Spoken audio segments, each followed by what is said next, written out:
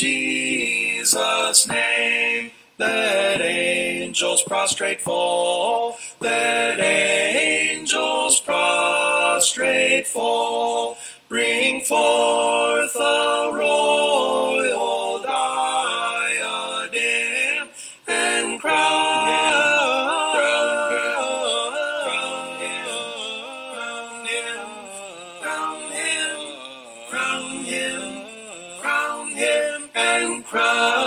him Lord of all. Ye chosen seed of Israel's race, ye ransom from the fall, ye ransom from the fall. Hail him who saves you by his grace, and crown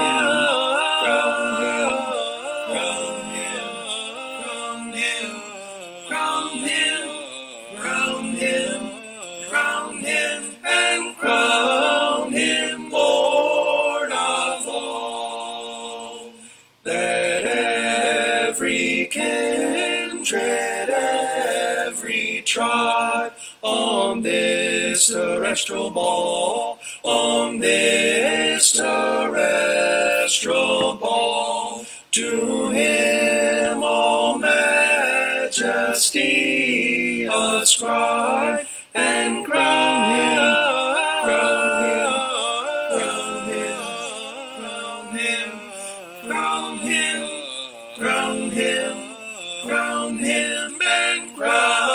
him Lord of all. Oh, that with yonder sacred throng we at his feet may fall, we at his feet may fall. We'll join the everlasting song and crown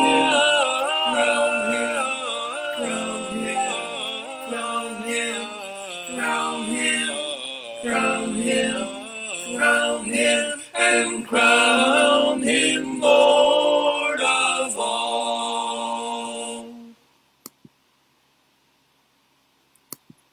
Magandang gabi po mga kapatid. Sa ating mga kapatid sa pananampalataya at ganun din po sa ating mga kaibigan na nakikinig po sa ating palatuntunan. Ano po? Ayos lang po itong ilaw. Yan. Marami pong dalawang gabi po na hindi ako nakapag-programa. Yun po isa dahilan po sa kahapon po ay yung kasal po na aming pinakamatandang anak. Kaya yung dalawang araw na yun ay December 2 ay paghahanda po noon at yung mismong araw ng kasal. Ito po yung simpleng kasalan lamang mga kapatid dahil nga po gawa ng COVID. At nakaraos naman po. Kagabi actually, gusto ko sana mag-radio program kaya lang yun ang sinasabing the spirit is willing but the flesh is weak. Pero yun, okay na po tayo na po. So, tuloy po natin. Naibang gabi kada kayo amin kakabsat. Maayong gabi sa inyong tanan mga kaigsuonan. Doon po sa Carabao Island, mayad na gabi. Doon po sa mga taga-Pangasinan, masanto sa labi. Diyos marahin na banggi sa Indogabos. Yan, yung pong taga-Bicol, naalala ko rin. Diyos marahin na banggi sa Indogabos. At siyempre sa aming wika, maya pabeki akong kapatad, kanay-ganaganang kakaluguran. Ang makiramdam, kikatamong pamag-aaral. So ang ating pong pag-aaral po yung walang specificong topic, pero gusto nating maklarify. Kasi po doon sa nakaraan nating palatuntunan, what is fornication, meron po kapatid na nagtanong, pero palagay ko after the program, so siya naglagay doon sa comment section ng katanungan. So, bagamat nasagot ko po, pero pwede nating dagdagan para sa kabatiran ng lahat. Kasi ang layunin po natin dito ay mag-aaral lang. So, wala pong tayo desire na mga personal na bagay, wala po tayo doon. I mean, tayo po yung mga alagad lang ng Panginoon. Tayo po yung mga lingkod ng Panginoon. So, ang ating layunin po rito ay ipahayag kung ano yung katotohanan.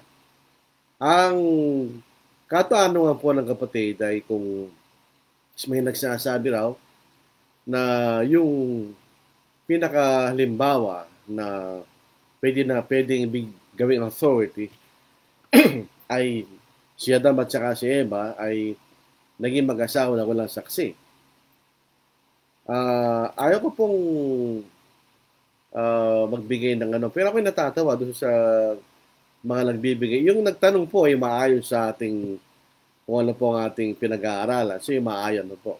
Dahil siya nagtatanong lamang dahil maaari may naka-encounter sa ganung tanong. Ako po ay natatawa doon. Bakit po kailangan ng saksi kung 2 tao lang kayo? 2 tao pa lang ang tao noon.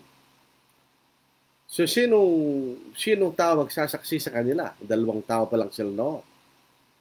At ang Diyos, obviously, nagkasal sa kanila. Siya nagsabing kayo mag-asawa. Ay, hindi na natin pwedeng ulitin yun. Number 1, marami ng tao ngayon, hindi lang 2 tao. Ang naisip ko po riyan yung thief on the cross. Ginagamit din po ang halimbawa ng yung mga tao naniniwala na hindi kailangan ng bautismo dahil daw pong thief on the cross ay hindi naman nabautismohan at sinaligtas. So ito yun, maaaring hindi siya nabaptize at sinaligtas. Bakit? Dahil kasama niya tagapagligtas.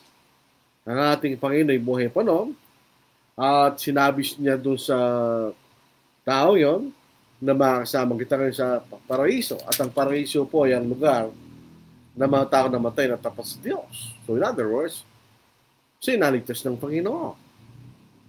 Whether siya nabaptize o hindi nabaptize is not important. That's smooth and academic. Bakit? Kasama niya tagapagligtas. In other words, yung taong yon ay kasama niya, buhay pa yung tagapagligtas. Pero pwede niya sabihin ng ating Panginoon, liligtas kita kanya. Dito po sa Luke chapter 23, dito po sa verse 42 hanggang verse 43. Ito pong taong ito ay tinanggap niya ang kanyang pagkakasala sa verse 41. Verse 40. But the other answering rebuked him, saying, do you not even fear God, seeing you are under the same condemnation? And we did justly, for we receive the due reward of our deeds. Tayo okay lang dahil talagang yun ang dapat mangyari sa atin dahil sa ating mga ginawa. But this man has done nothing wrong. Itong tao ito, walang ginang masama kanya. Then he said to Jesus, Lord, so ibig sabihin, kinikilala niya ang ating Panginoon bilang Panginoon. Lord, remember me when you come into your kingdom. And Jesus said to him, assuredly I say to you, today will be with me in paradise. Alam niyo, nung buhay ang Panginoon, pwede niya sabihin sa'yo, ligtas ka kanya. Pero problema ngayon, wala ni Panginoon. Sino pa magsasabi sa atin, ligtas tayo? So, nag-iwan siya ng paraan para malaman natin na tayo ligtas. Dito po sa Matthew chapter 9, dito sa verse 4, verse 5, verse 6. But Jesus, knowing their thoughts, said, why do you think evil in your hearts? For which is easier to say, your sins are forgiven you, or to say, arise and walk? Mas mahirap yung kay tumayot naman ka dahil nakikita mo yun kung mangyayari hindi. Yung pagpapatawad ng kasalanan, hindi mo nakikita yun. But that you may know that the Son of Man has power on earth to forgive sin. And he said to the paralytic, arise, take up your bed, and go to your house. And he arose and departed to his house. Ano pinatanayan ng Panginoon? Na siya may kapangyarihang magpatawad ng kasalanan sa buhay pa. In the same manner, sa pagitan ni Eve at Adam, nakausap na lang Diyos. Ikaw ngayon, magkasawa na kayo kanya.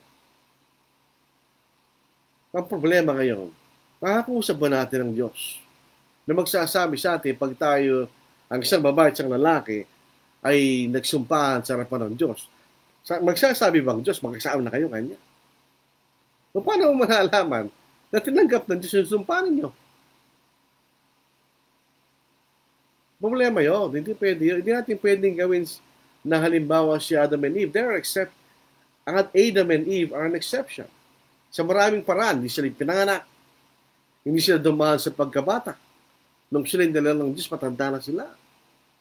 And the marriage, yung tungkol po sa pag-aasawa, hindi nila pwedeng gawin yun. In Genesis chapter 2 verse 24, na sinasabi palagi, na yung mga nagtuturo na mag-usap lang kayo dalawa, mag-asawa na kayo sa harapan ng Diyos, ginagamit nilang talatang ito. Hindi rin nangyari kay Adam and Eve ito. Bakit? Wala naman sila magulang. Sinong iwanan ng magulang? So obviously, ito Genesis chapter 2 verse 24, ito yung batas na binibigyan ng Diyos sa mga susunod na henerasyon. Hindi sa panahon na di Adam and Eve. Wala silang magulang eh. Paano magiging valid sa kanila? I mean, applicable. Tingnan ninyo. Therefore, a man shall leave his father and mother and be joined to his wife, and they shall become one flesh. E sino magulang ni Adam tsaka ni Eva? Wala. So ito isang batas sa mga susunod na henerasyon. Itong batas nito, paano lang ginawa? Meron ba tayong mababasa sa Biblia na isang babae at isang lalaki nag-usap at sila naging mag-asawa? Wala. Makikita natin, tulad po ng ating ipinaliwalag, October 1 and 2, at saka po nung What is Fornication, ano bang date yun? A marriage is a covenant. And a covenant between a man and a man requires witnesses. And a marriage covenant between man and a woman requires witnesses. Pero ako po ay magsasabi sa inyo na po, this is an email na tinanggap ko sa isang kapatid. He's an American brother. Maraming nakakilala dito. Ang sabi po niya, and I will quote, ano po? Ang sabi niya rito, in short, while I believe we must obey civil law that does not conflict with God's law, I believe civil law is not what causes marriage to be binding in the sight of God. A marriage is bound by God, not civil government. Amen. If meeting civil law is mandatory before marriage can be bound in the sight of God, no lawful marriage could take place if civil government denies individuals the right to marriage, as has been done repeatedly in history. Nazi Germany denying Jews the right to marry, pre-emancipation law in the U.S. denying slaves the right to marry, etc. Marriage is a liberty that God has ordained for all who are qualified in His sight to avoid fornication, provide companionship, and lawfully produce children. No government has the right to nullify God's law, giving a man and a woman the right to join in marriage. We do, however, need to be careful about going too far the other way and making marriage simply a private agreement or vow between a man and a woman. In the Bible, marriage was not just the vow or agreement between two people, but it was also made known to those of that society. In other words, the people surrounding the couple knew the point at which these people were joining in marriage, as it was announced and signified in some way by that society. In Bible times, it was the marriage feast where the two made known their vow commitment to join as one and then signified it by moving into the same tent. If it is correct that these things are necessary to enter marriage, it seems to follow that the reverse is necessary to leave or depart from marriage. There must be some expression made known about the departure and the reason for it, as well as an action to signify it, such as moving out of the share house to another place. Hope that helps. Hindi ko pwedeng sabihin ang pangalan kapatid nito kasi this is a private email. But this brother, American brother, is well known in the Philippines. Dito naman po dahil this is a public article by Ron Haldro sa Truth Magazine, Study of Marriage, Divorce, and Remarriage. Ito po sabi niya, in the beginning, God's ideal for honorable marriage in the first part. Kanya. When God made male and female, He said, it is not good that the man should be alone. Therefore shall a man leave his father and mother, and shall cleave unto his wife, and they shall be one flesh. Open parenthesis, Genesis chapter 2:18 to verse 24, close parenthesis. To leave the original home means that the new one first in his life. To cleave unto his wife means to be inseparably bonded to her alone. To be one flesh means two lives are joined together as one, symbolized by the physical union of sexual intercourse. This fundamental rule of one man for one woman for life eliminates fornication, adultery, polygamy, concubinage, homosexuality, and bestiality. When a man and a woman privately commit themselves to be married, and when they make a public promise in the legal and customary way, God Himself witnesses or ratifies this covenant so as to make it binding for life. Open parenthesis, Malachi chapter 2 verse 14, semicolon, Romans chapter 13 verses 1 to 4, close parenthesis. What God therefore has joined together, let that man put asunder. Open parenthesis, Matthew chapter 19 verses, close parenthesis. Man can desert his marital post and duties, but cannot dissolve the actual bond and obligation set in place by God, just as a soldier cannot dissolve his obligations by deserting his post. So yun ang makikita nating sinasabi ng mga kapatid na ito. So it is not just a private agreement between a man and a woman. So hindi natin pwedeng gamitin si Adam and Eve. Dalawang tao lang yun eh. When you believe that as the binding example, ay nakakatawa yan. Honestly. Why do you need a witness when you are dalawa lang yung tao sa mundo? Why do you need a witness? Why do we need witnesses now? Because pwede magbagong isip ng isang tao. Paano gagawin kung dalawa lang kayo nag-uusap? Limbawa, nagdalawa kayo nag-uusap, tapos naging mag-asawa na kayo, so ginawa yung ginagawa ng mag-asawa. Kinabukasan, nagbagong isip ng isa, anong gagawin mo? Pwede mong sabihin, kinasalak mo ng Diyos, magsasalita bang Diyos? Yan ang problema doon. Sabi nga natin, paano kung hindi sila naniniwala sa Diyos? Kaya sila susumpa. Alam niyo, pansinin niyo, lahat ng society, pare-pareho wala ang paraan ng pag-aasawa. Meron palaging a public vow of marriage. Palaging gano'n, tingnan niyo. Kumuha kayo ng pag-aaral, yan ang makikita niyo. Whether it is Chinese, Japanese, Indian, American, European, African, gano'n ang pag-aasawa. It's always a public display of the vow in whatever means or ways. Iba-ibang paraan.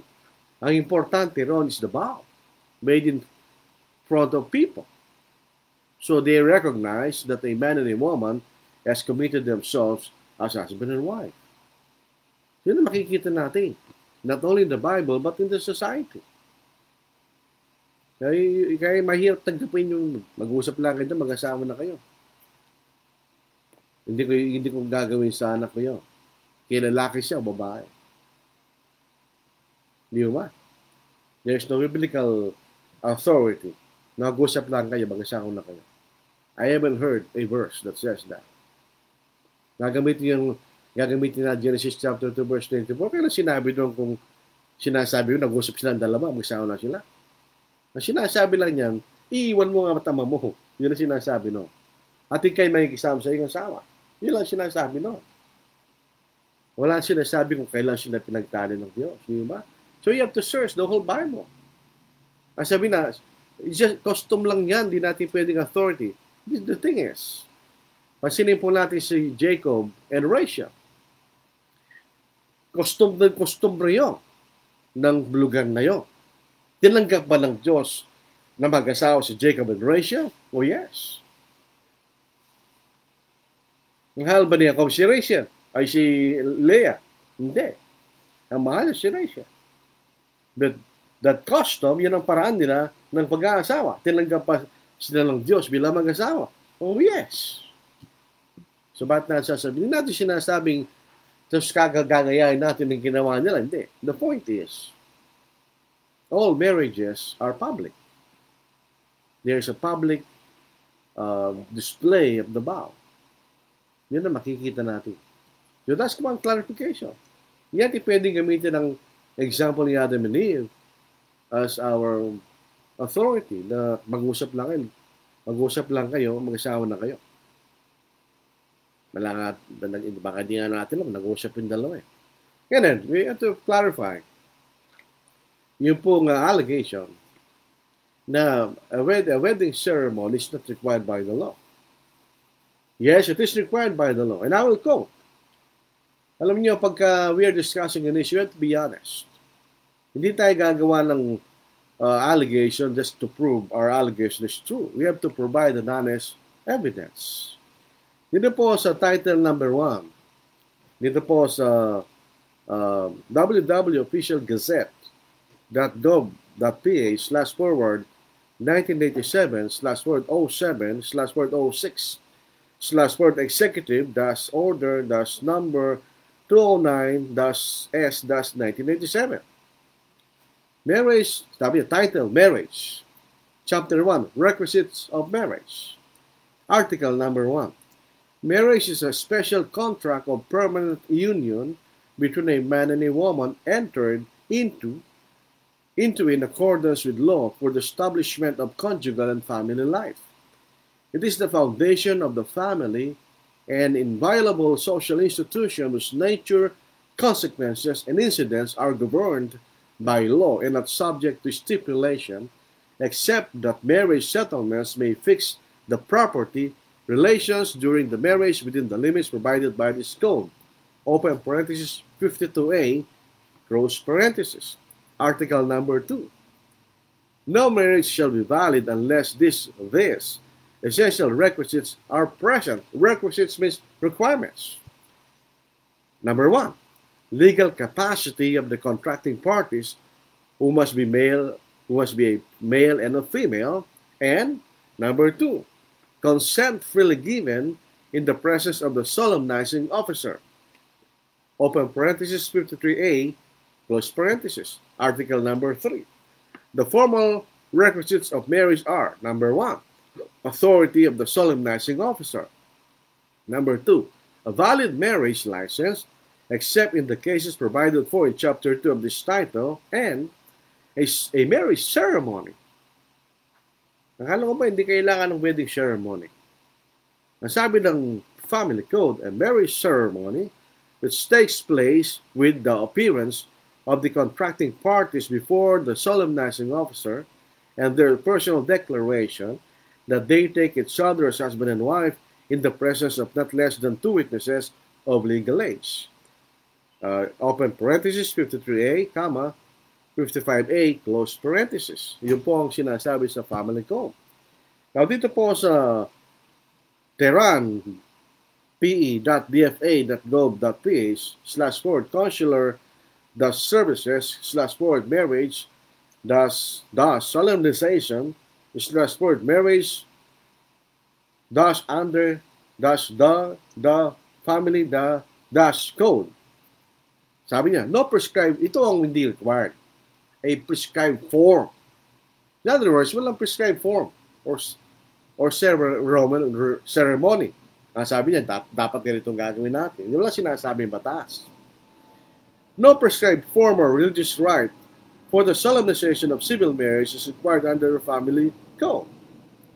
It shall be necessary, however, for the contracting parties to appear personally before the solemnizing officer and declare in the presence of not less than 2 witnesses of legal age that take each other as husband and wife. Totoo po yun. Wala along inire-require ng gobyerno natin na specific form or religious rite. Wala. Anong gagawin ng judge? Wala sinasabing batas. Basta importante rito, they will declare their vow as husband and wife in front of solemnizing officer and witnesses. Whether that be a civil wedding or a wedding ceremony, hindi mo importante sa batas yun. Yun ang sinasabi ng Family Code. So to say that a wedding ceremony is not required by the law is not entirely true. Hindi totoo yun. And to say that a wedding ceremony is not required by God is also not true. Under the law of Moses, it is required. Kung di mo gagawin yan, di kayo pwede maging mag-asawa. Doon po sa John chapter 2 verse 24, hindi pa wedding yun. That's a wedding ceremony. Sino nag-attend doon? Ang ating Panginoon. Di ba doon ang Panginoon? Doon nga po ginawa yung pinakaunang miracle. They turned water into grape juice. Wine, grape juice. Hindi po alak yun. Basahin natin.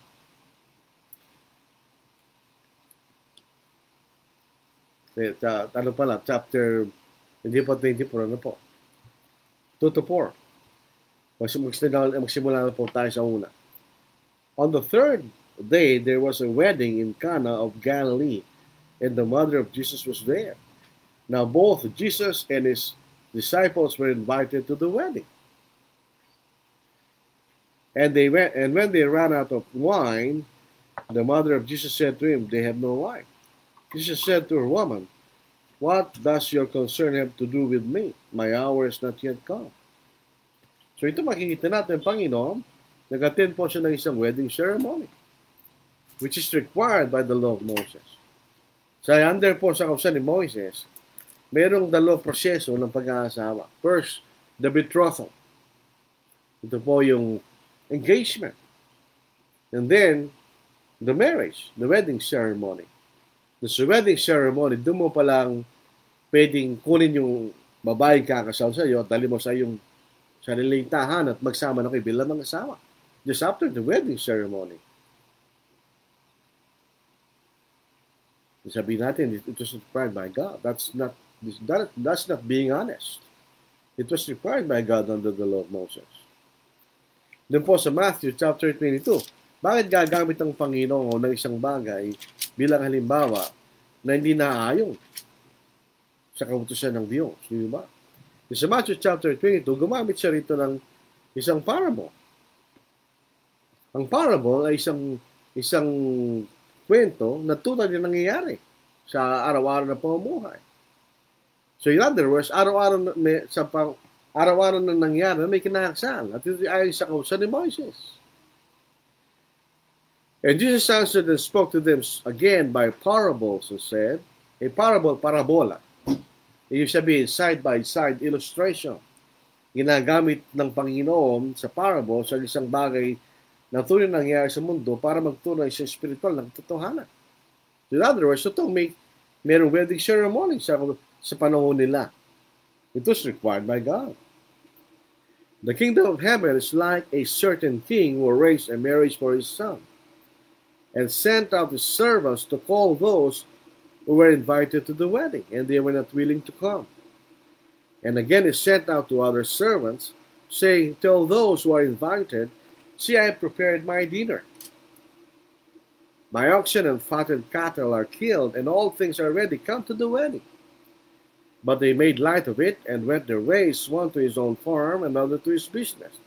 And the rest seized his servants, treated them spitefully, and killed them. But when the king heard about it, he was furious, and he sent out his armies, destroyed those murderers, and burnt out their cities. Ginamit ito ng Panginoon. So, ibig sabihin, ito'y nangyayari sa panahon niya. And it was required by the law of Moses. Then sa Matthew chapter 25, ito po yung illustration, no? Bakit ano itong the parable of the 10 virgins? Bakit darating yung groom to get his wife, to get his bride, at dali niya sa kanyang tent, at magsimula siya bilang mag-asawa? Doon pa lang sila magiging mag-asawa after that wedding ceremony. O makikita niya, it was required by God. So makatwid, to say that the wedding ceremony is not required by the law is not entirely true. The government requires a certain form of ceremony. It doesn't require a prescribed form or rite, religious rite, but it requires a ceremony nonetheless. Tulad na binasa natin kanina. Ngayon, under the law of Moses, that was required. Nakikita nyo, it is public, may witnesses. Even the betrothal was made in front of witnesses. So there is no private agreement at tapos na. It is always a public, an agreement in front of witnesses. Public. Wala man tayong mababasang halimbawa sa Biblia, kasama nag-uusap lang. Alam niyo, kung meron lang halimbawa, sasabihin na nila. Sasabihin na naman lang tuturo gano'n, di ba? Wala naman silang sinasabi. Because there is none. All marriages in the Bible are public. Meron nakakaalam. Tulad nga ng sinabi nasa natin yung email ng isang kapatid. People in that society knows about it. Kanya. Kasi paano natin malalaman ng may asawa at walang asawa? Paano tayo, ako yung avoid fornication? Hindi natin lang kung sino mag-asawa at hindi. Tinutusan tayo ng just to avoid fornication. Paano natin magagawa yan? Hindi natin lang kung sino mag-asawa at hindi mag-asawa. Di ba? So God joins a man and a woman as husband and wife once they have sworn, made an oath of marriage in front of witnesses. Then God joins them as husband and wife. Kung walang gobyerno, tapos na yun. Pero actually, we are living under a government. We are living under the Republic of the Philippines. So we have a government. And the government has requirements for marriages. Now, the government doesn't join a man and a woman, husband and wife. God does the joining. But we are required to submit before the government. So, basta hindi lumalabag sa batas ng Diyos ang requirement ng government, we have to submit to them. Di ba yan ang utos ng Diyos? Ang problema sa atin, we're not being consistent. Sabi na, hindi natin kailangan sumunod sa gobyerno pag tayo kakasal. Ba't sumusunod ka sa traffic law? Ba't sumusunod ka sa legal age? Sino nag-prescribe? Ang gobyerno, hindi naman ang Diyos. Ba't sumusunod ka sa gobyerno sa ibang bagay? Hindi ka sumusunod sa prescribe ng gobyerno sa pag-aasama. God does the joining, not the government. That's to clarify. But that doesn't mean we will not submit ourselves to the requirements of the government.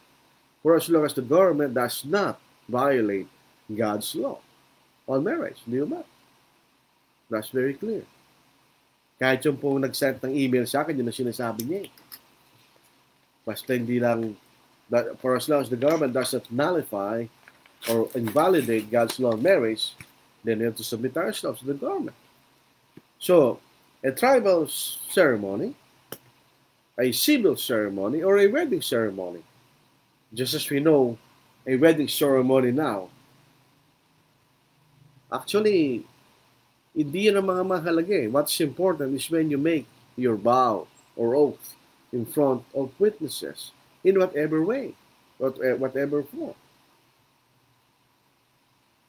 Basta yun ay isang pagpapakilala ng dalawang yon that we are making our vow in front of witnesses, in front of God and in front of witnesses, that we will like to be husband and wife. Then God will join them. God does the joining, not the government.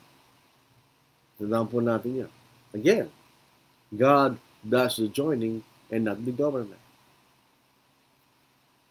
Ngayon, do I teach that wedding ceremony in the form that we know now, an elaborate wedding dresses, rings, coins, etc., is required for that marriage to be valid? I do not teach that.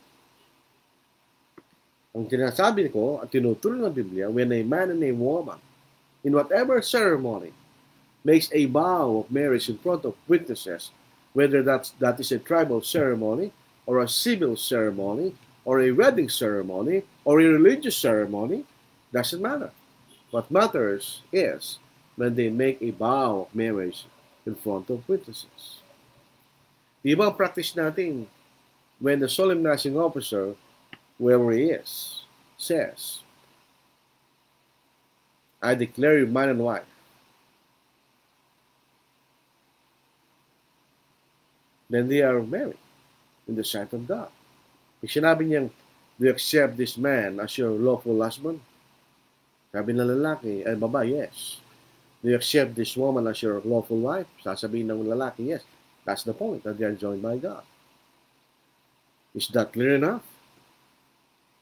Ngayon, kung may magsasabi na yun na tinuturo ko, huwag niyong paniwalaan yun. Itong paniwalaan yung sinasabi ko ngayon. This is what I teach. Kung paniniwalaan niyo yung nagsasabing gano'n, bahala kayo. Hindi niya tinuturo yung tinuturo ko. Hindi ba? That's not being fair. Alam niyo, makita natin, we cannot make a straw man. Sabi, gawa ka lang isang tao na hindi naman totoo, tapos susuntokin mo yung tao. You cannot make a doctrine supposed to be taught by a man na hindi naman yung tinuturo niya, tapos labanan mo yun. That's not being fair. In fact, that's not being honest. You mind? That's not fair. Kaya pumunta po tayo sa baptizer issue. We have to clarify. Do you practice women or non-Christians to do the baptizing? No, we do not. Hindi namin ginagawa yan. So let us clarify. Just because the baptizer is not essential to the salvation of the one being baptized means that you let woman or non-Christian to do the baptizing. No. We do the baptizing. Hindi, it doesn't follow. Yan tinatawag na secretur. Just because the baptizer doesn't have anything to do with the salvation of the one being baptized, that we let a woman or non-Christian to do the baptizing. No. Doesn't follow. Just bumalik tayo sa Genesis chapter 9. Sabi ng Panginoon, pambasahin natin na po. Sa Genesis chapter 9. For the first time in history, pinayagan ng Diyos na kumain ng tao, notably, specifically si Noah, and pag sumunod sa kanya, na pwede silang kumain ng mga laman ng hayop, kanya. Magsimula tayo sa unang talata. Binasbasa ng Diyos si Noe at ang kanyang mga anak, at kailan sinabi, kayo'y magkaroon ng mga anak at magpakarami. Atin niyang punuin ng lupa. Ang takot at sindak sa inyo ay darating sa bawat hayop sa lupa, sa bawat ibon sa impapawid at sa lahat na gumagapang sa lupa, at sa lahat ng isda sa dagat, sila'y binigay sa inyong kamay. Bawat gumagalaw na nabubuhay, magiging pagkain ninyo. At kung paanong ibinigay ko sa inyo, ang mga luntiang laalaman, ibinibigay ko sa inyo lahat ng mga bagay. Sinabi ng Panginoon, lahat ng gumagalaw o lahat ng mga hayop ay pwede nyo kainin. Nangahulong ang ba? Kakainin natin lahat ng gumagalaw. Does it follow? Just because God said all moving things can be for food, yung tao kailangan kainin mo lahat ng gumagalaw. Doesn't follow. That's not secretur. Pipiliin ng tao, gusto niya kainin sa lahat ng gumagalaw. Hindi pinagutos ng Diyos just because pwede rin yung kainin ng lahat ng gumagalaw, kailangan mong kainin lahat ng gumagalaw. It doesn't follow. It doesn't follow that just because the baptizer is not essential to the salvation of the one being baptized, that we let women and non-Christians do the baptizing. That doesn't follow. We do not do that practice. Yung sinasabi ng sino man na we let women do the baptizing, you're a liar. We do not do that. Hindi namin ginawa kahit kailan. We always do the baptizing. Whether me or some other brother will do the baptizing. There is no history in the church where I'm preaching where we allowed women to do the baptizing. Maybe under some circumstance. Pero madalang lang yun. Maybe 1 in a million.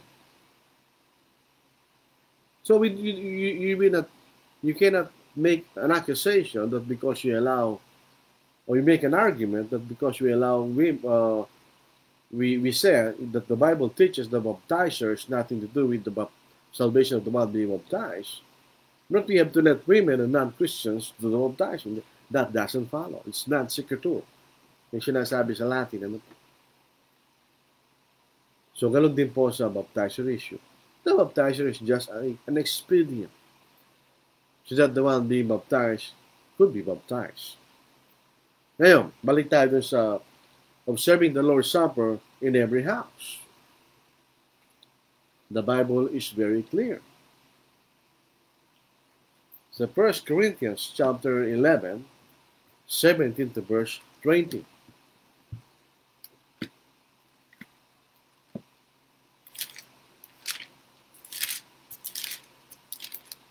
Basahin natin. Now in giving these instructions, I do not praise you, since you come together not for the better, but for the worse. For first of all, when you come together as a church. Tanong, ito ba'y bahay-bahay o when you gather together as a church? Hindi natin sinasabing church building yun, no. When you gather together as a church, wherever you are gathered together as a church. I hear that there are divisions among you, and in part I believe it. For there must also be factions among you, that those who are approved may be recognized among you. Therefore, when you come together in one place, when the church come together in one place, you cannot come together in different places. Common sense yun. When you come together, it should be in one place. Di ba? It is not with the Lord's Supper. For in eating, each one takes his own supper ahead of others, or one is hungry and another is drunk. So in other words, when they observe the Lord's Supper, when the church at Corinth observed the Lord's Supper, they observe it when they are gathered together as a church. Maliwanag po yun. That's the rule. That's the pattern. Ngayon po, sa dito 2020 na ito, it's a very unique year in that we have a pandemic. And the government prohibited public gathering, including worship services, religious worship services. So now we cannot come together as a church in one place. So ano gagawin natin? For the record, at Tangila City Southside Church of Christ, even before the national quarantine was declared, the last Sunday, before that quarantine was declared by the president, the men of the church, we met together and concluded that we just postpone our gathering until the quarantine is removed. Or again, we are allowed again to worship. So we just declared we postpone. We cancel the service. Now, meron mga iba, there are some others who came to the idea that they could observe the Lord's Supper in every house. I mean, a family who is a member of a local church can observe it in his own house as a family, not as a church. And some churches require that at what they should do. Now, yun po'y mali. That's wrong. You have no authority to do it. Just because the brethren said we have agreed to do this house-to-house Lord's Supper, it means it's correct. The brethren doesn't legislate. God does. Yung sa amin tama kayo because ang pattern, when you come together as a church, doon lang kayo mag-Lord's Supper. We cannot come together as a church. What are we going to do? Parang pareho lang kung may sakit ka. Are you required to observe the Lord's Supper? No. Pero sabihin natin, we have to do it in every house. There is no scriptural authority. Ang magandang gawin dyan, kung mangyayari sa susunod na panahon, is not to require it, but to allow it. Kung gusto ng kapatid, yun ang kanyang konsensya. Kung gusto niyo gawin niya, bahala kayo. But to do not require it. That will be good. That will be much better than requiring it. Kasi that will cause division, di ba? Because not all brethren will agree to it. Kasi may mga kapatid na naniniwala sila, tulad namin, that the Lord's Supper should be observed as a church. When the church the local church comes together as a local church. So, yung mga ganung klaseng paniniwala, di sila agree dyan. So, there will be division. Ano dapat gawin? Bro, sabi na leadership, we do not require you to do it. Pero kung yan ang nararamdaman nyo, at the moment, bahala kayo. But we do not require it. You allow their judgment. Walang problema yon. Those people will appear before the Lord based on those judgments. Pero walang magkakaroon ng problema sa mga kapatid. It will be just a personal judgment ng bawat isa. Not a congregational judgment. Now kami, nagka-problema ba kami? Wala. Nang pinayagan ulit kami ng gobyerno, specifically the province of Pampanga allowed under MGCQ religious gathering as long as there's social distancing. You have to wear face mask and face shield and to do the medical protocols. Well, okay, we have no problem. But those churches which required it, they had problems. Nagkaroon sila ng problema. Ngayon, pagdating ng normal circumstance, ano gagawin mo? Sasabihin ng kapatid, dito lang sa bahay. Kasi hindi, kailangan sumama ngayon. Hindi pwede nung pandemic eh. Ba't di pwede ngayon? What's your answer? Because you have departed from the pattern. Mahirap yun. Now, siya sabi, it's an exception. Alam po ba niyo that the exception rule is not being conservative, that's being liberal. Unless otherwise, that there's a specific, that we can read of an exception in the scriptures. Katulad ng Matthew chapter 19, verse 9, that's an exception recorded in the scriptures regarding marriage and divorce. Pero kung wala, paano malalaman that's an exception? That you're making your own legislation. Alam po ba niyo sa mga ibang kapatid, sasabihin nila, under extreme circumstance, the local church from its treasury can help needy saints, needy non-saints, needy non-Christians. At ginagawa nilang, binabatay nilang Matthew chapter 12 verses 1 to 8.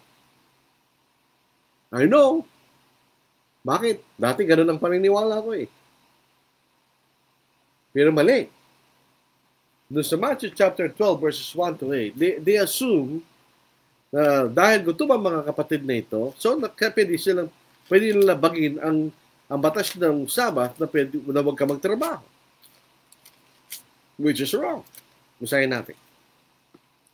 At the time, Jesus went through the grain fields on the Sabbath, and his disciples were hungry and began to pluck heads of grain and to eat. And when the Pharisees saw it, they said to him, look, your disciples are doing what is not lawful to do on Sabbath. But he, ang ating Panginoon, said to them, have you not read what David did when he was hungry? He and those who were with him, how he entered the house of God and ate the showbread, which was not lawful for him to eat, nor for those who were with him, but only for the priest.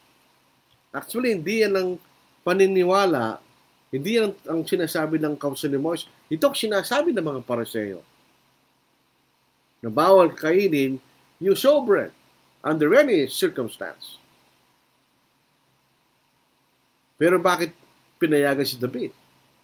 Ito mababasa natin. Bumalik tayo sa Old Testament. Sa 1 Samuel, chapter 21, dito po sa verse 1 to 6. Now David came to know to Ahimelech, the priest, and Ahimelech was afraid when he met David and said to him, why are you alone, and no one is with you?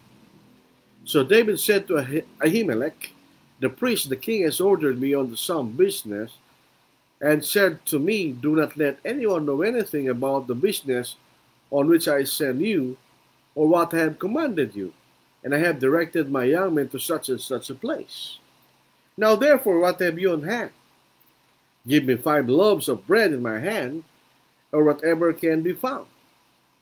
And the priest answered David and said, there is no common bread on hand, but there is holy bread. But there is holy bread.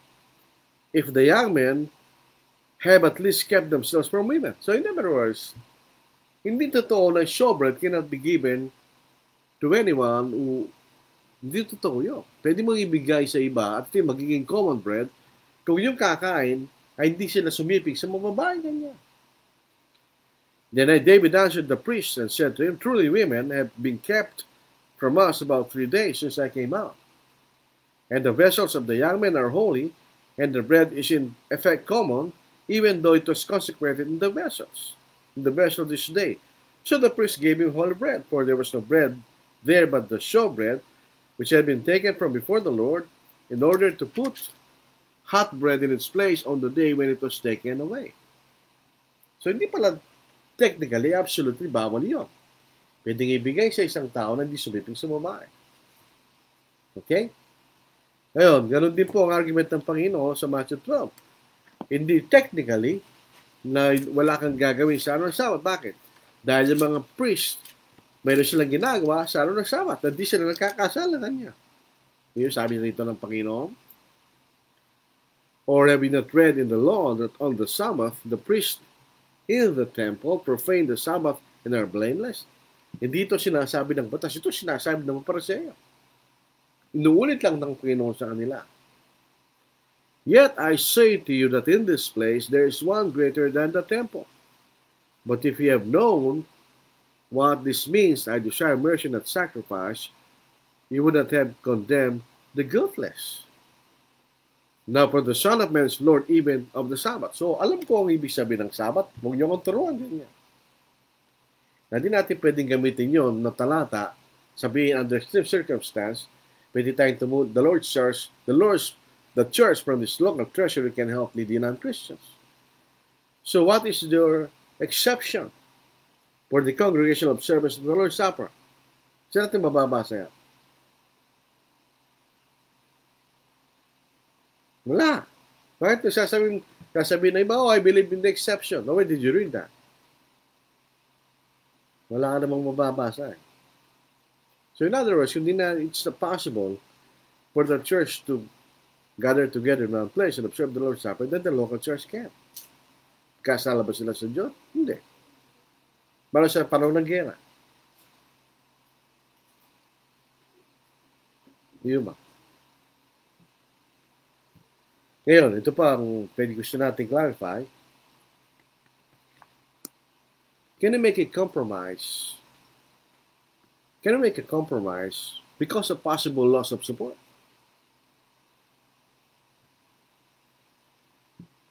Bakit ko tinatanong ito? Because it happens. Ngayon kung yung mga entities ay sing. Si Larry Haefley, alam niyo, nung marinig ko ito, it was 30 years ago, may isang cassette tape, na pinadala sa akin hindi ko lang, si Brother Jim McDowell or Brother Ron Halbert. Sabi ni Larry Haefley, hindi ko na ma-quote yung verbatim, pero ito sinabi niya, if you cannot stand for something, you have no right to be a preacher. Better just flip hamburgers. Sabi, magtinda ka na lang kanya ng hamburger. Which is true. Ano ba ang nangyayari sa atin?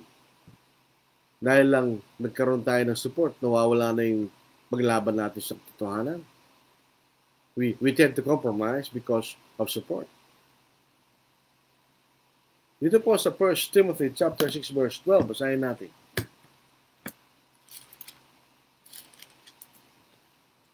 Fight the good fight of the faith. Lay hold on eternal life, to which you were also called, and have confessed the good confession in the presence of many witnesses. Fight the good fight of the faith. Dito po sa 2 Timothy chapter 4 verse 7, ang sabi ni Apostle Paul, I have fought the good fight. I have finished the race. I have kept the faith. Finally, there is laid up for me the crown of righteousness, which the Lord, the righteous judge, will give to me that day, and not to me only, but also to all who have loved his appearing. Ano nangyari sa atin? Fight the good fight of the faith except when you lose your support. If you cannot bear hardships, don't preach. The 2 Timothy chapter 2 verse 3. You therefore must endure hardship as a good soldier of Jesus Christ. Expect na po natin yun. Minsan, kailangan magtrabaho. Nalaman lang ka ng kaparahan. Talagang kayo maggalong nyo. Ano nangyari sa Jude verse 3? Sabi ni Jude, contend earnestly for the faith once and for all delivered to the saints. Ano nangyari doon?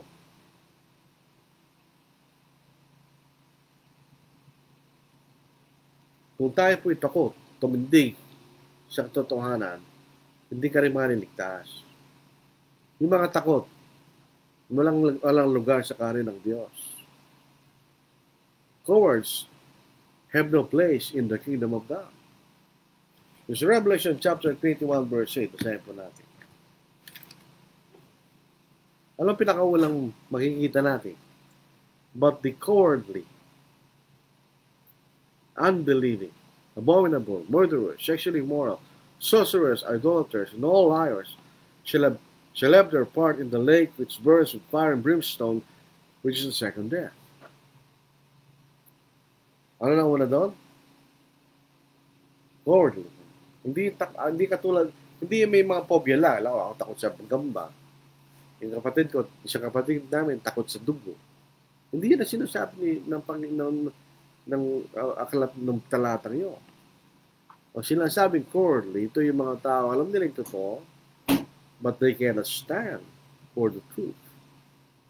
Hindi tayo maliligtas pag gano'n. So if you have decided to be preach the gospel, kasama na lahat yan, na there will come a time that you have to stand for the truth. Dahil may mga maling itinuturo, you have to stand. You have to fight error, regardless of consequences. Ngayon, dito po sa pagkakaroon ng pagkakaiba sa paniniwala, natural lang yan. Hindi lang sa panahon natin nangyari yan, kahit sa unang panahon. Sa 1 Corinthians chapter 15, may mga kapatid sa Corinth na naniniwala na walang pagkabuhay na muli. Si Hymenaeus and Philetus, Hymenaeus and Alexander, naniniwala sila, tapos na yung pagkabuhay na muli. Maraming ganong klaseng pagkakaiba sa pananampalataya. Hindi lang sa panahon natin ngayon. Now, differences in teaching should be settled on the basis of the scriptures. Period. Yun lang ang solusyon to. Sabihin, tingnan natin kung ano sinasabi ng banal na salita. At yung merong isang kapatid na hindi sumasang-ayon sa atin, you should be honest to properly represent the view of the one we differ with. Yung makikita natin, we do not misrepresent anyone. Dishonesty has no place. Makita natin. Kailangan natin pagsikapan na maunawa natin mabuti kung ano pinaniniwalaan ng taong hindi natin sinasangayunan. Ang ginagawa ng iba, they create a straw man. Itang taong dito, ito rin, susuntukin nila. No. Ano ba pinaniniwalaan niya na hindi ko pinaniniwalaan? Just set forth. At yun ang sagutin mo na mali. Yun ang makikita natin, mga kapatid. So, yun po ang ating makita. Dito sa clarification na ito. Clarification. Clarification. Meron lang po isang interesting na comment dito.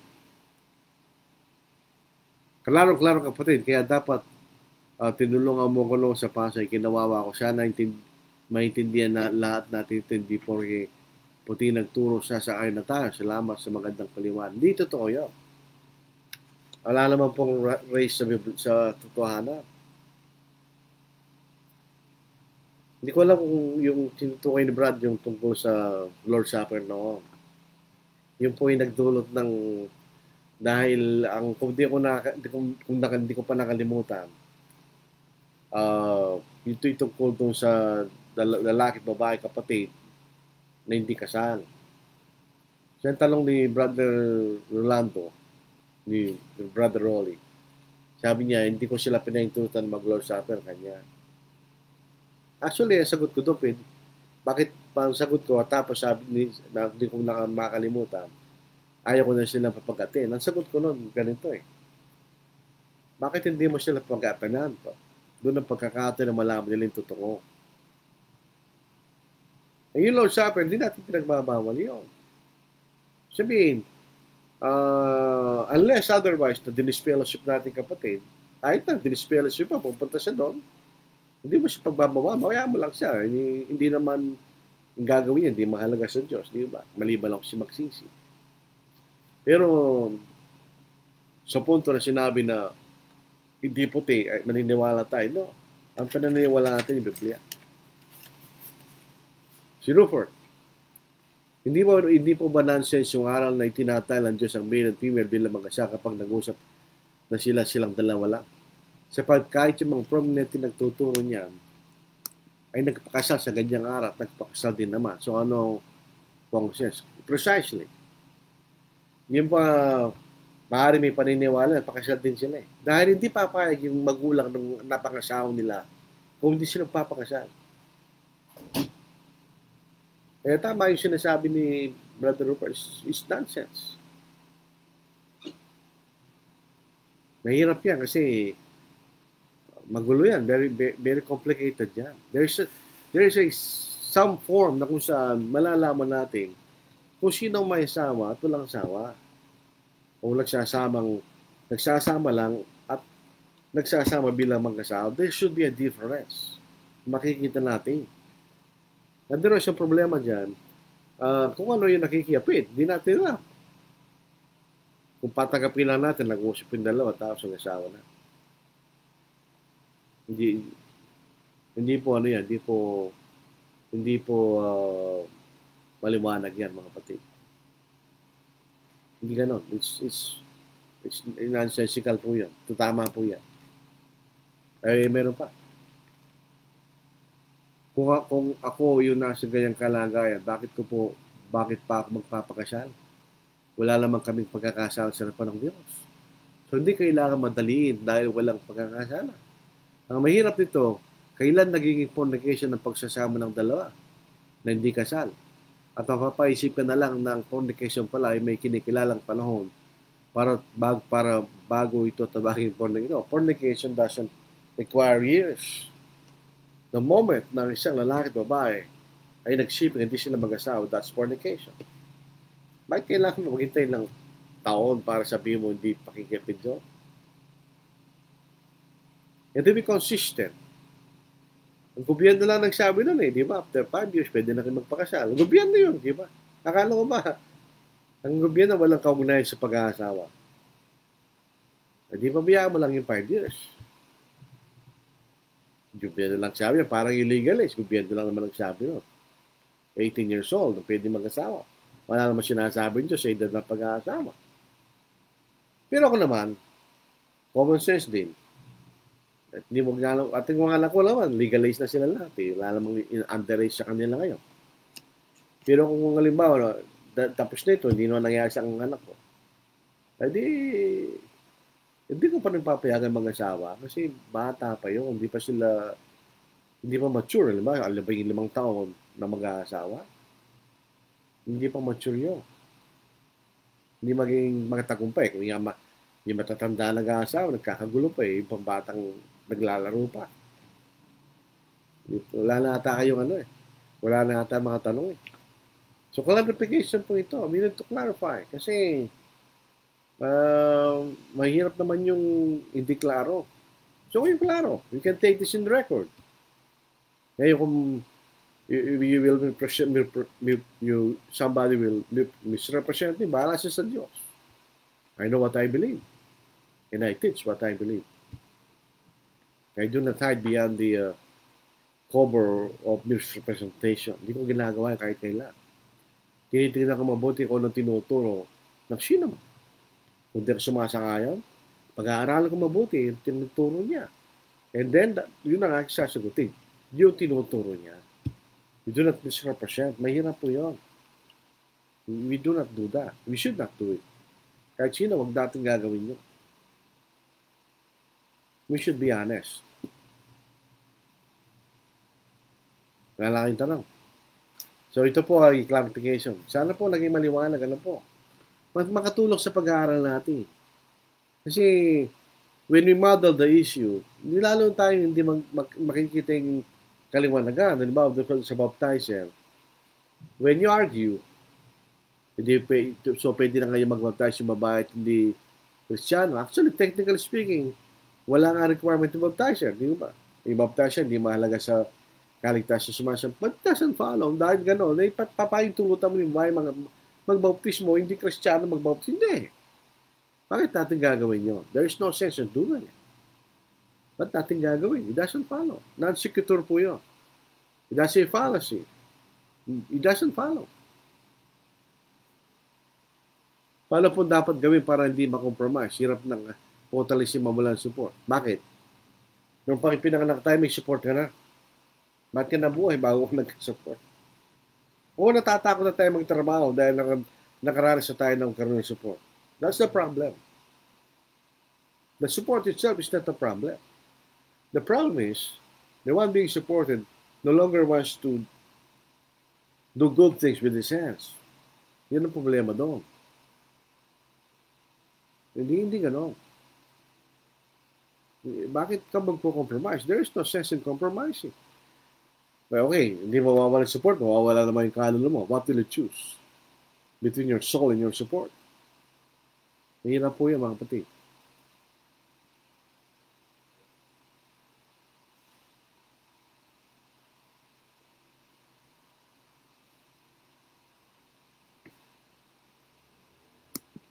Ito naman si Brother Kennedy Piligambot. Ikinasal ako, brother, on civil wedding lang with witness on the side of my wife and me with our church minister as a judge. Sabi niya, there is no ceremony as I have budget only of 20 people. May nalabag ba? Wala. Actually, that's a ceremony. It is not an elaborate wedding ceremony katulad ng ginagawa. Okay, may pera ka, bahala ka. But that's not, hindi naman mahalaga yung galon. Ang mahalaga yung nagsumpahan kayo sa harapan ng saksi in front of a pwede magkasal sa inyo. Kasi naman nyo. Pwede yung mga ngaral kung meron siya lisensya. O pwede yung judge o yung mayor. Yung alam ko, kinasal siya ng mayor. So what's wrong with that? Di ba yung lumalabag sa kalooban ng Diyos? Hindi, tumutulong pa nga. Hindi ba? Malabang nilabag ng judge na yun, ng mayor na, ganda nga sinabi ng mensahe. Na yun din ang sasabihin ko pag ako nagkasal. Sabihin, walang nalabag. Ang requirement lang ng Diyos, you do your vow in front of witnesses. Dahil yung po ay proteksyon doon sa vow or sa covenant. Pag nag-chisman yung isa, hindi na siya pwede. Because there will be people who say, narinig kita at sumumpa eh. Huwag mo sabihin, hindi ka sumumpa. Narinig kita, nakita kita sumumpa. Bakit mo ngayon sasabihin hindi mo asawa yan? Yari ka doon.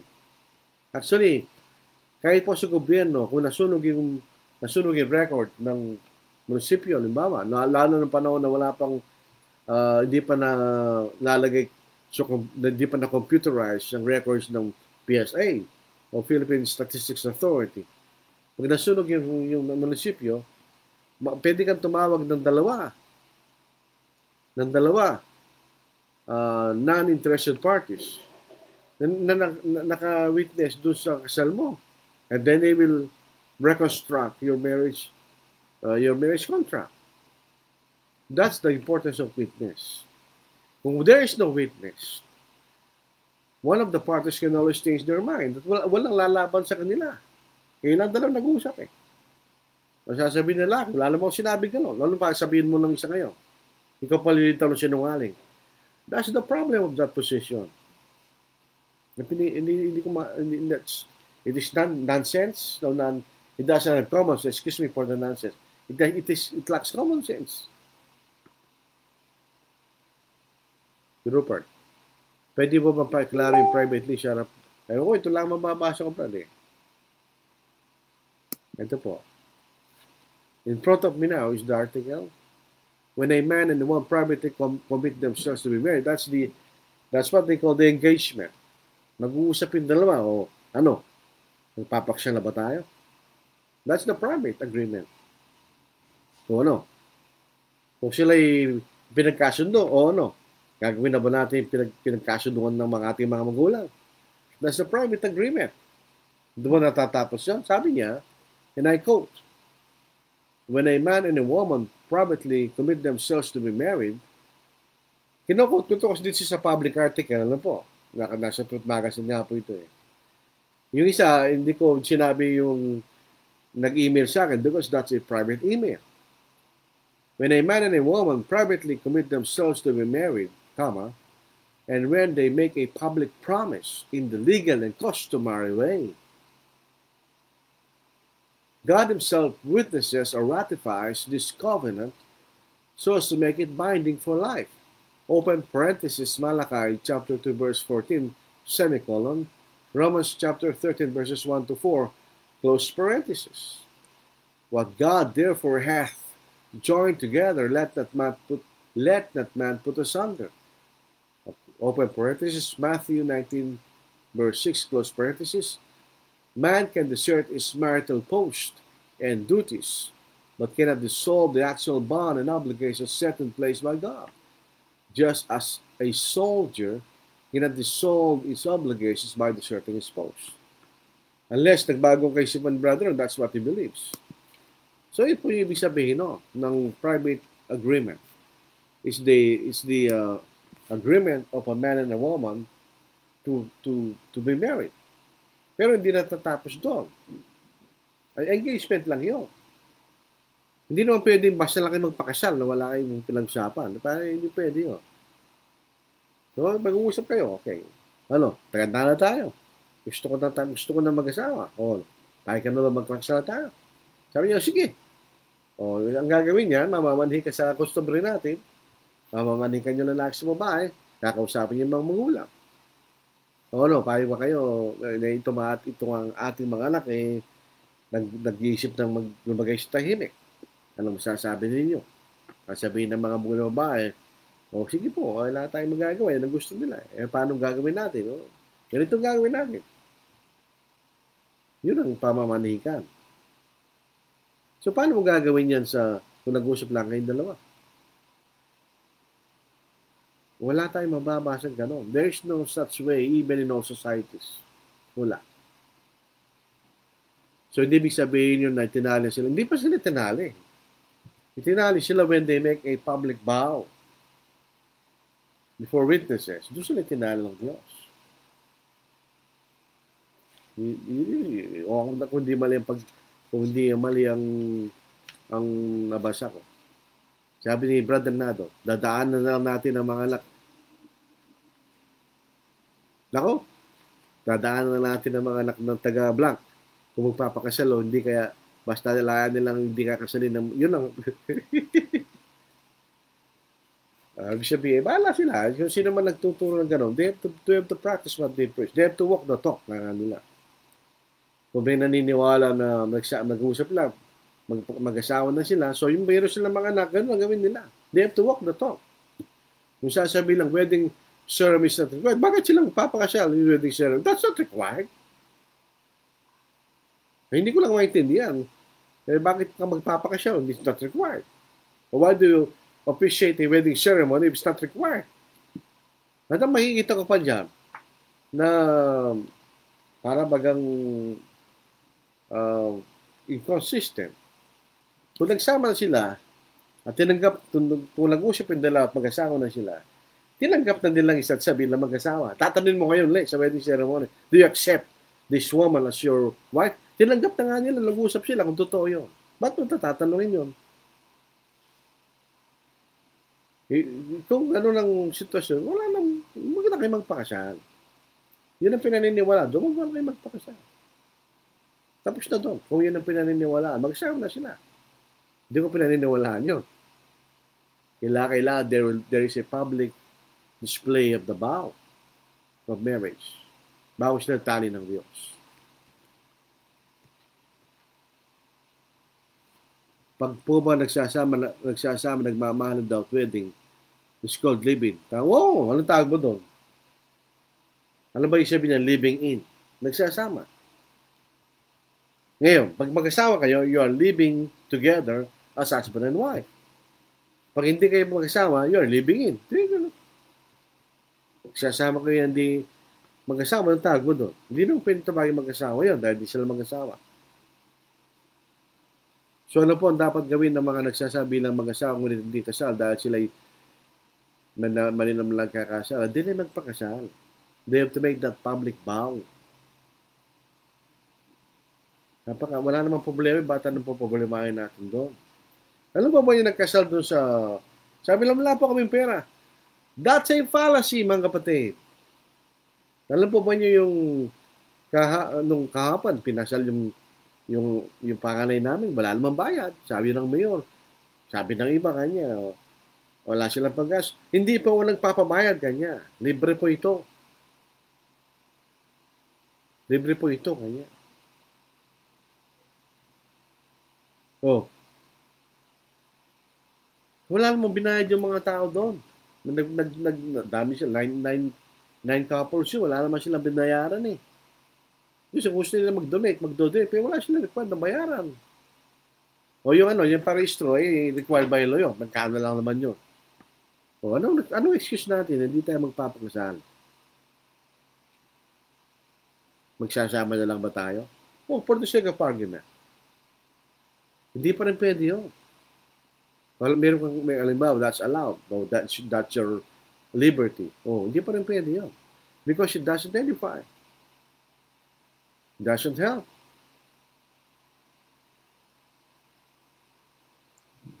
Kaya yung brother Rolando Salvador, tungkol sa kasal yung brad, man and woman, nag-uusap na legal marriage.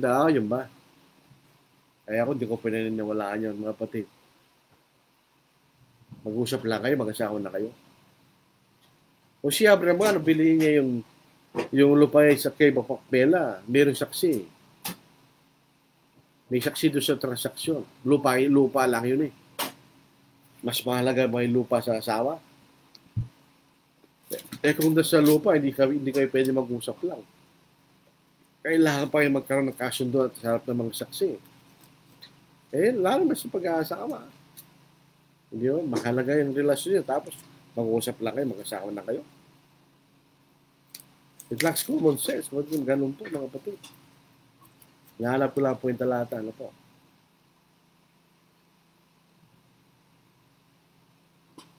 Ito. Nandun pong namatay si Sarah. Ano po? Sa Genesis chapter 23. Sarah lived 127 years. These were the years of the life of Sarah. So Sarah died in Kirjath Arba. That is Hebron. Doon po nag-asalta Hebrew. In the land of Canaan. And Abraham came to mourn for Sarah and to weep for her. Then Abraham stood up from before his dead and spoke to the son of Heth, saying, I am a foreigner and a visitor among you. Give me a property for a burial place among you, that I may bury my dead out of my sight. And the sons of Heth answered Abraham and saying to him, Hear us, my Lord, you are a mighty prince among us. Bury your dead in the choicest of our burial places. None of us will withhold from you his burial place, so that you may bury your dead. Then Abraham stood up and bowed himself to the people of the land, the sons of Heth. And he spoke with them, saying, If it is your wish that I bury my dead out of my sight, hear me, and meet with Ephron, the son of Sohar, for me, that he may give me the cave of Macpela, which he has, which is at the hand of his field. Let him give it to me at the full price, as a property for a burial place among you. Now Ephron dwelt among the sons of Heth, and Ephron the Hittite answered Abraham in the presence of the sons of Heth. All who entered the gate of his city, saying, Now, no, my Lord, hear me, I give you the field, and the cave that's in it, I give it to you in the presence of the sons of my people. I give it to you very well dead. Then Abraham bowed himself down before the people of the land and spoke to Ephron in the hearing of the Lord of this land, saying, If you will give me, please hear me, I will give you money for the field. Take it from me, and I will bury my dead. And Ephron answered Abraham, saying, My Lord, listen to him. The land is worth 400 shekels of silver. What is between you and me? So bury your dead. So, and Abraham listened to Ephron. Abraham weighed out the silver for Ephron, which he had named in the hearing of the sons of Heth, 400 shekels of silver, currency of the merchants. So the field of Ephron, which is in Machpelah, which is before Mamre, the field and the cave which was in it, and all the trees that were in the field, which were within all the surrounding borders, were deeded. Deeded. So meron kasulatan, di ba? To Abraham as for a possession in the presence of the sons of Heth, before all who went in at the gate of the city. Lupa lang yun eh. Eh bakit sa pag-aasa, mag-usap lang eh, pwede na. Parang walang respeto yung lalaki sa babae pagka gano'n. You have to give the full respect. Rupert, kung kulang lang sa legal docs ang problema kaya hindi makapagpakasal, ano pa dapat gawin upang mahintong fornication? Kung mahal mong kaluluwa mo, we have to ayusin mo yung legal documents. Sabi nga, para maayos mo. Alam mo ang problema nun? Ayusin natin. Kaysa din sa walang malinaw sa pagsasama, di ba?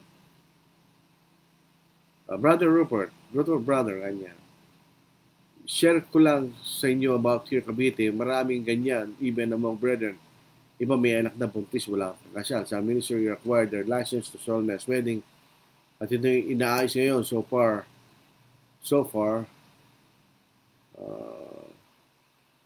ang iba na-settled na, and I think ito dapat gawin ni tamang mali. Correct. Kumuha yan ng lisensya yung mga aral, hindi siya magkasal, walang bayad. Yun ba, madali lang yun kung talagang gustuin natin. Roy Bebs Ilipak. According to government law of marriage, we follow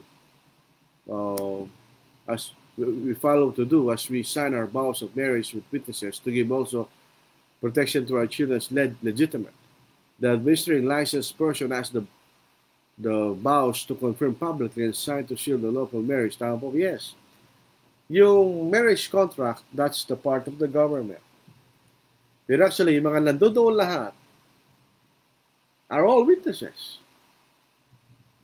to the vows that was exchanged between a man and a woman to be married, to be husband and wife.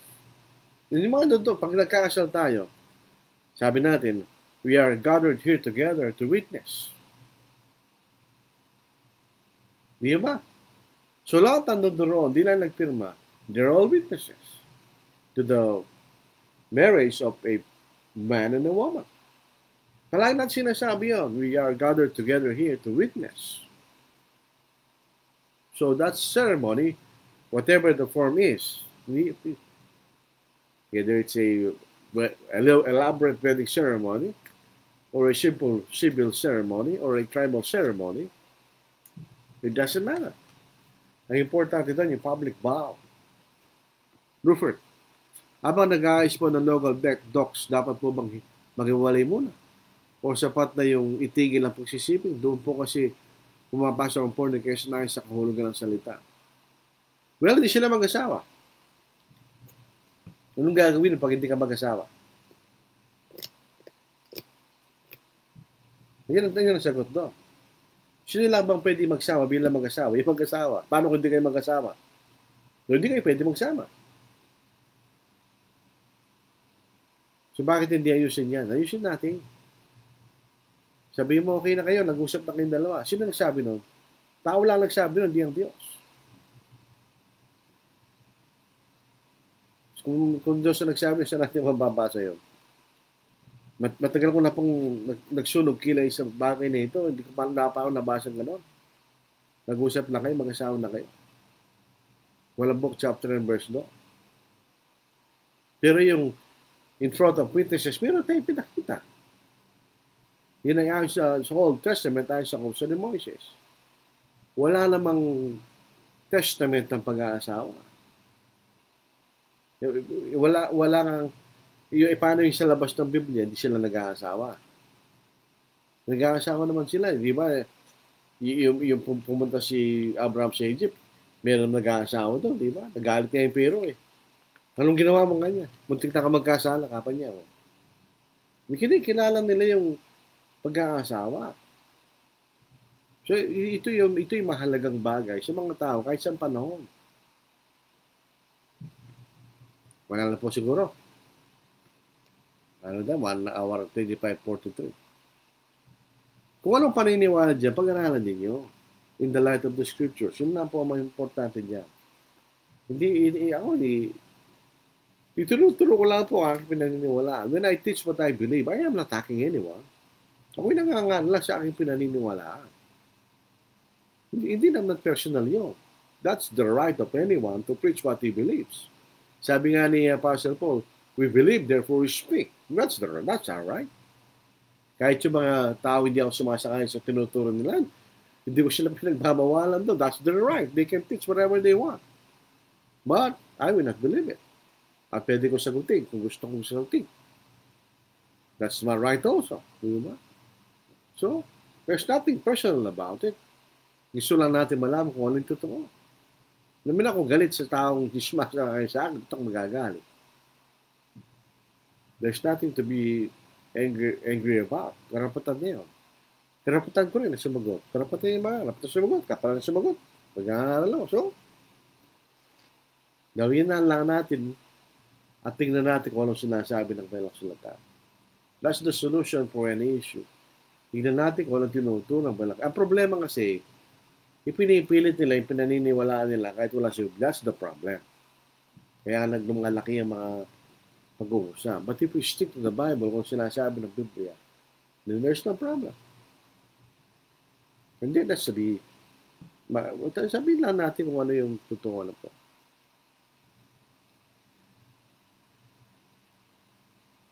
Mahalaga po ba ang doktrina at pag-aaral kaysa atakihin ng personal ang isang tao sa nasalungat sa paniniwala ninyo?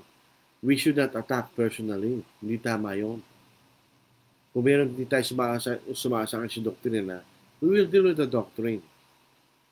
Wala namang magagawa pagka umatake ka. You just muddle the issue. Lalo lang nagiging masalimot sa pag-uusap pag gano'n. Instead na you can objectively view the doctrine, pag sinamutan mo ng personal, magkakaroon ng emosyon niya, lalo pa magugulo. It doesn't help. It doesn't help. We should be mature enough as Christians, especially if you're a preacher, to know the difference between the person and doctrine.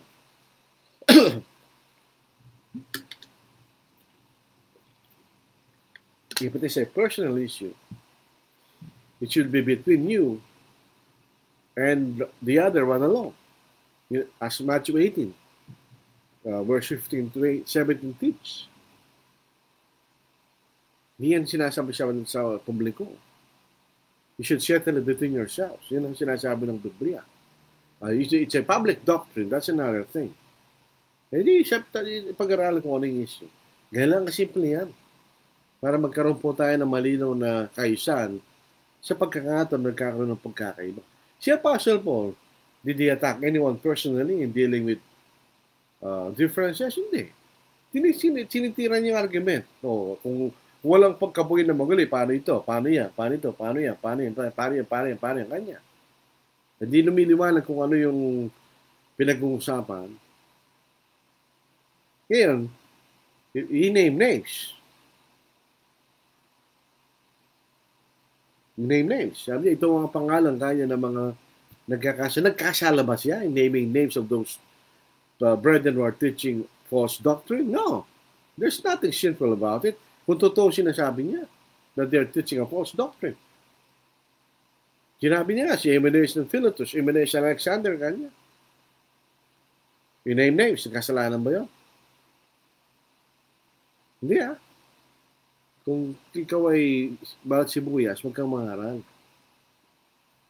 You have to bear. You have to bear May ganyan talaga yan. You come to a point, you pay someone who doesn't agree with you.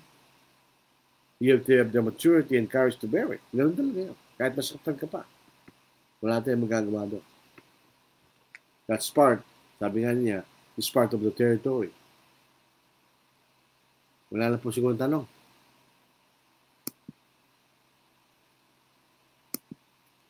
When peace like a river attendeth my way, when sorrows like sea billows roll, whatever my lot thou hast taught me to say, it is well, it is well with my soul.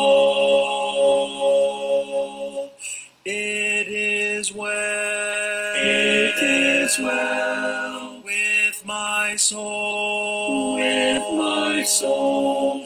It is well, it is well with my soul. Though Satan should buffet, though trials should come, let this blessed assurance control, that Christ hath regarded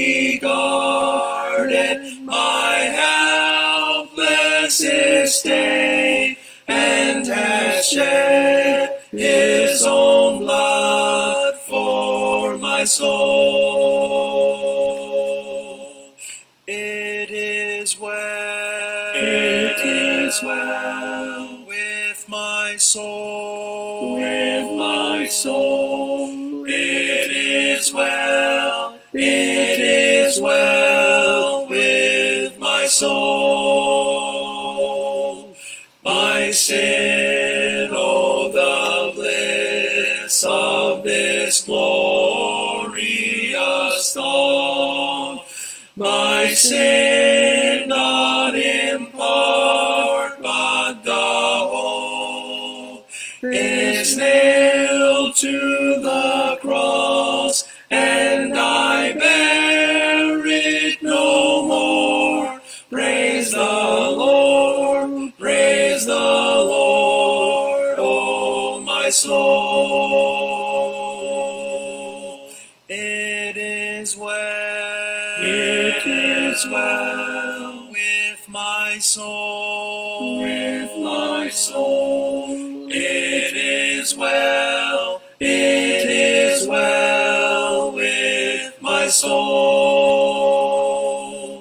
And Lord, haste the day when the faith shall be sight, the clouds be rolled back as a scroll, the trump shall resound, and the Lord shall descend. Even so, it is well with my soul.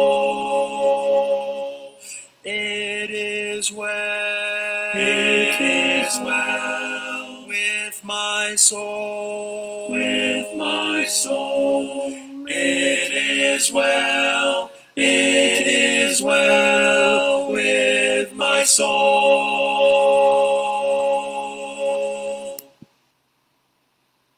Alam po niyo, napakagandang awit po nun, mga kapatid.